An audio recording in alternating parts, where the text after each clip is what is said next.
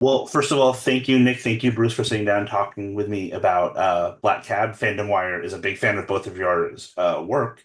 And my first question, I guess, is how you get involved with this spooky, chilly movie? Because you each came to it in different ways. Just want to see how you guys first got involved.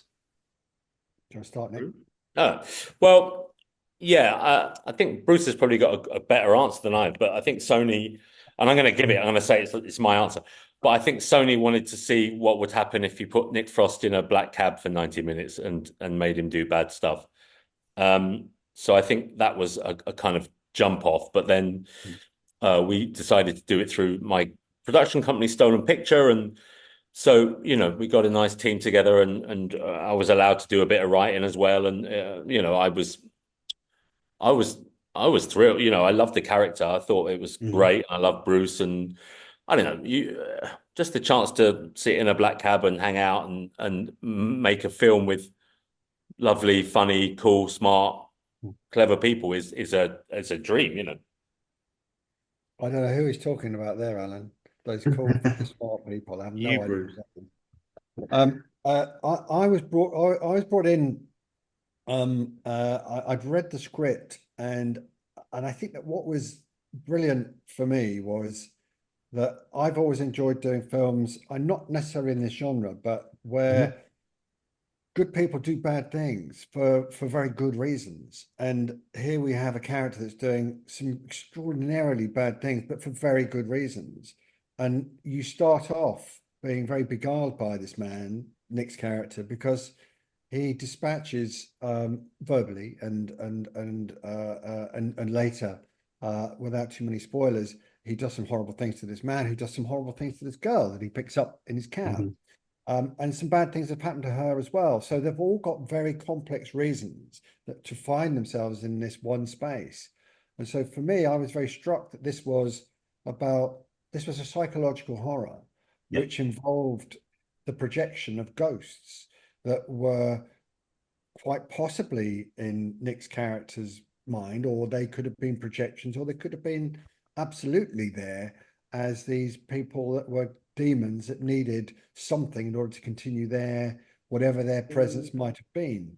So it was this sense of going on a journey, a road move, if you like, from the light and the very real sense of the city to a very dark place, which is, Nick's psychosis or Nick's character's psychosis.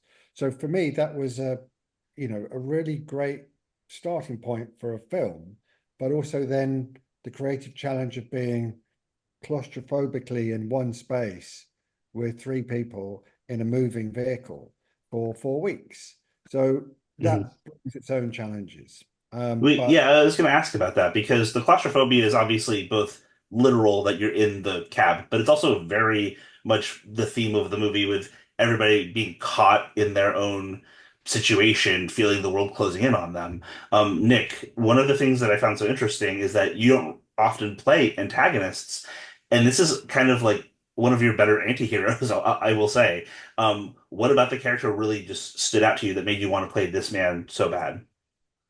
well, look, it's that what I really like about him and what I like to do as well as an actor is to maybe take a role where you shouldn't like this person. You should definitely be fearful of him, but there's part of him which is flawed and broken and really fucking sad. He's Mhm. been really hurt, and then but he has really hurt people. So Mhm. that that that complexity is just a dream for me as an actor to be able to on literally between two sentences, be funny and charming, and then threaten to murder. Yeah. And you believe both of those things because I think a real human being who is like this isn't just that. He's also this, and he's that, and he's everything. Every human is every emotion essentially. So Mhm. there's lots of times. Fuck, I don't know why I'm thinking about this, but I'm thinking about that Nick. Who's the documentarian? Broomfield, Nick Broomfield did an Yeah. amazing documentary about Eileen Wuornos, the serial killer. Oh, yes, yes. And you watch that, and there's times you think, "Oh, she's quite nice," but then you just see her change, and it's not. Some thinks it's just a physical darkening, and you think, whoa, shit, now watch out. And I think the chance to even try to pull that off was something that I really wanted, that I really loved, you know. And I think Bruce and the script gave me the best chance to do that, you know. Yeah, and Bruce, how are you able to make sure that we feel that claustrophobia without it becoming overwhelming for the audience, keeping the pacing up as well? Um, I think there are two or three set pieces outside of the cab that Mhm. allow us to kind of let off steam a bit. One of them is in the garage, Yeah. which is the drugging scene. Mhm. I won't go into much detail with, but it's pretty horrible. Yes, very. Um, and then there's the lair, the cat, and you've always got to have a lair, right? Mhm. And could that be physical? Could that be could that be, mental? I don't know. And I sort of, I like that. And we have a chain of hotels here, which I've always found a bit spooky, called the Ibis. You might have them in the States as well. And Mhm. there was this kind of dilapidated Ibis, because no one ever went there, on the outskirts of Manchester, that was on next to a big main road. And I was just like, what a strange, strange environment. And it just felt like the perfect place, right next to one of the busiest roads in Manchester, for this character to have his lair, to have his home, away from home. And and Sonova's character says, "So, do you live here?" And Nick's character is so brilliant. It's like, what the fuck would I be living here for? No, my Yeah. wife's got their house because she's got Hotel. everything. And it's just like this, you just window in these small little exchanges where you go, my God, this man's life has been destroyed. But so these were two elements that allowed us to get outside of the cab. Mhm. But the I think it's quite important though that even in those moments, Shonova's inside the cab in the garage, and equally trapped inside this lair as well. So there is always this claustrophobia, because I think Yep. claustrophobia is a scary thing to have, to be trapped in a cupboard, to be tied to a bed, whatever it might be. Um, it's going to be, strange things are going to happen. As soon as you start containing people, whether it be in coffins or whatever, strange things will happen, because it's scary to not know how to escape something. And if that place of escape, Alan, is also on the move, which it is Mhm. with that cab, you have the freedom of the road, and there's a moment where the characters are trying to scream because there's another car that's coming past, and you just think, yeah, you're in a moving black box. No And one's what are going you to gonna do? Yeah. see you. You know what I mean? And Mhm. it's just like, it's great, because it adds to the horror of the whole thing. So Mhm. practically speaking, yeah, it's hard, but filmmaking is hard, and it's a matter of problem solving. And this problem was solved by getting an old cab, cutting it in half, opening up like a book, so you could shoot into the back seat and the front seat and Mhm. retain those performances, because you can't shoot that stuff on the road. It's too cold, it's too dark, and Mhm. it's just hell to try and get performances when you're on a low loader. I Yeah. don't think I didn't look at Sonova face to face for about 2 weeks. It was always just through a mirror, It's always a rear view mirror. rear view mirror. Yeah.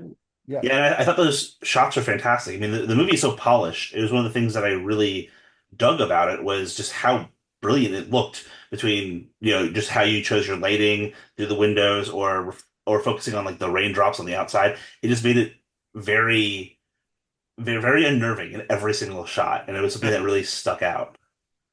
Thanks, Alan. You can be my agent. It's the sort of thing I expect my agent to say. Well, Nick, you obviously already starred in many very popular horror films. Obviously, Shaun of the Dead turns 20 this year. You did Truth Seekers a few years ago. What about horror as a genre appeals so much to you as a performer?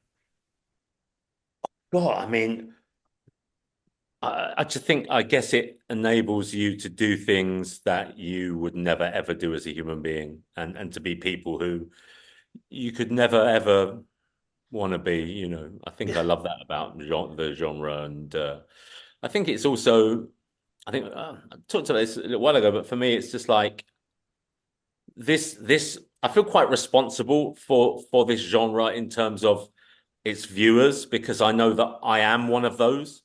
Mhm. And I know that often we, the people who view this kind of genre, use it as a way to feel better as people. We use it to hide ourselves from the outside world. We use it to protect ourselves from violence or alcoholism or ADHD or so I feel very I belong to it and I have a responsibility Mhm. to make things that would make people like me feel a bit better at night, even if that is killing Patrick or, if it's done well. You know what? There's that weird thing too that of the genre that we enjoy. Mhm. We're all very critical when it comes to someone having their throat slashed in terms of that looks shit or, there wasn't enough blood. So that's a nice chance to get the opportunity to say, maybe we should have more blood, or can it look blacker, or you know what I mean? I'm really aware that I feel responsible for it. Well, that's reasonable. Well, thank you guys so much for your time. I really appreciate it. Black Thank Cat you. was awesome. It was definitely a very spooky, unnerving experience. And so, best of luck as you guys get this thing rolled out. Amazing. Thanks, Alan. Thank you. Thanks, Alan.